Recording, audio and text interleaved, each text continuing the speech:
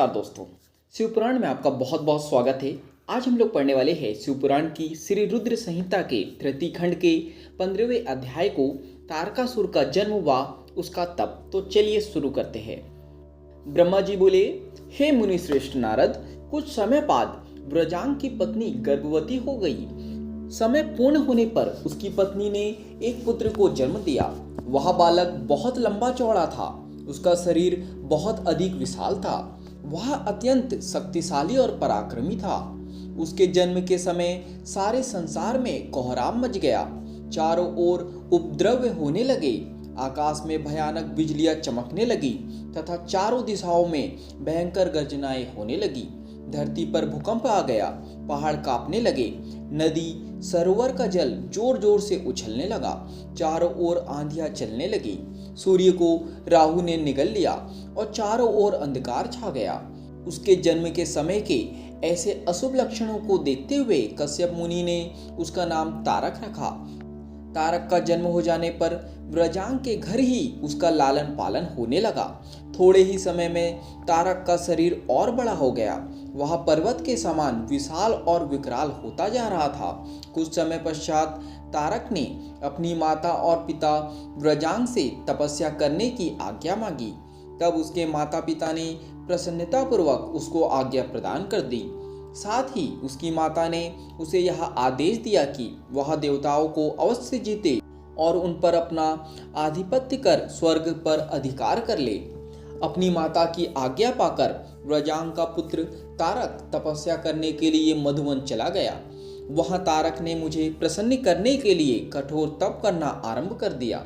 उसने अपने दोनों हाथों को सिर के ऊपर ऊंचा कर लिया और ऊपर की ओर देखने लगा तथा एक पैर पर खड़े होकर एकाग्र मन से 100 वर्ष तक तपस्या करता रहा। उस समय वह केवल जल और वायु से ही अपना जीवन यापन कर रहा था। तत्पश्चात उसने 100 वर्ष जल में, 100 वर्ष थल में, 100 वर्ष अग्नि में रहकर कठिन तप करके मुझे प्रसन्न करने का प्रयत्न किया। फिर 100 वर्ष पृथ्वी पर हथेली धारण करके, 100 वर्ष वृक्ष की शाखा को पकड़कर तथा अनेकों प्रकार के दुख सह सहकर वह तप करता रहा। इस तपस्या के प्रभाव से उसके शरीर से तेज निकलने लगा, जिससे देवलोक जलने लगा। यह देखकर सभी देवता घबरा गए। फिर मैं स्वयं तारकासुर के पास वरदान देने के लिए गया। मैंने तारकासुर से कहा, तारक, मैं तुम्हारी इस दुस्सह तपस्या से बहुत प्रसन्न हूँ। तुमने इस प्रकार कठोर तप करके मुझे प्रसन्न किया है। तुम्हारा इसके पीछे क्या प्रयोजन है? निसंकोच मुझे बताओ। मैं तुम्हें तुम्हारा मनोवांछित फल अवश्य प्रदान करूँगा। तुम अपनी इच्छा अनुसार वर मांगो।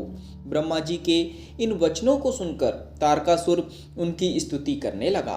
तत्पश्चात वह बोला, हे विधाता, हे ब्रह्मा जी, अगर आप मेरी तपस्या से प्रसन्न होकर मुझे वरदान देना चाहते हैं तो प्रभु मुझे पहला वर यह दे कि आपके द्वारा बनाई गई इस सृष्टि में मेरे समान कोई भी तेजवान और बलवान ना हो। दूसरा वर यह दे कि मैं अमर हो जाऊं, अर्थात कभी भी मृत्यु को प्राप्त ना हूं। तब मैंने कहा कि इस संसार में कोई भी अमर नहीं है, इसलिए तुम इच्छा अनुसार मृत्यु का वर मांगो। तारक ने अहंकार भरी विनम्रता से निवेदन किया, भगवान, मेरी मृत्यु भगवान शंकर के वीर्य से उत्पन्न बालक के चलाए हुए शस्त्र से ही हो और कोई मेरा वध ना कर पाए। मैंने तारक को उसके मांगे हुए वर प्रदान कर दिए तथा अपने लोक में लौट आया। वर पाकर तारक बहुत खुश था। वह भी वर प्राप्ति का समाचार देने के लिए अपने घर को चला गया। दैत्यों ने गुरु शुक्राचार्य ने तारक को असुरों का राजा बना दिया। तब तारक तारकासुर नाम से प्रसिद्ध हो गया। वह तीनों लोकों पर अपना अधिकार स्थापित करना चाहता था, इसलिए सबको पीड़ित कर, उनसे युद्ध कर, उन्हें हराकर सबके राज्यों पर अपना अधिकार करता जा रहा था। स्वर्ग के राजा इंद्र ने भी डरकर अपना वाहन ऐरावत हाथी, अपना खजाना और 9 सफेद रंग के घोड़े उसे दे दिए। ऋषियों ने डर के मारे कामधेनु गाय तारकासुर को दे दी। इसी प्रकार अन्य देवताओं ने भी अपनी अपनी प्रिय वस्तुएं तारकासुर को अर्पित कर दी। अन्य लोगों के पास भी जो उत्तम उत्तम वस्तुएं थी, उन्हें भी दैत्यराज तारक ने अपने अधिकार में कर लिया। इतना ही नहीं, समुद्रों ने भी भयभीत होकर अपने अंदर छिपे सभी अमूल्य रत्न निकालकर तारकासुर को सौंप दिए। तारकासुर के भय से पूरा जगत कांपने लगा था।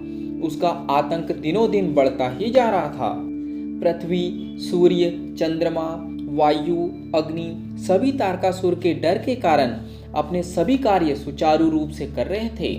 दैत्यराज तारकासुर ने देवताओं और पितरों के भागों पर भी अपना अधिकार जमा लिया था।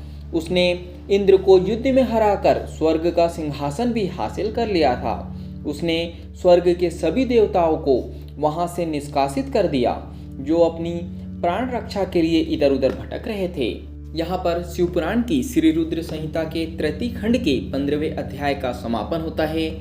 आज के लिए इतना ही। धन्यवाद।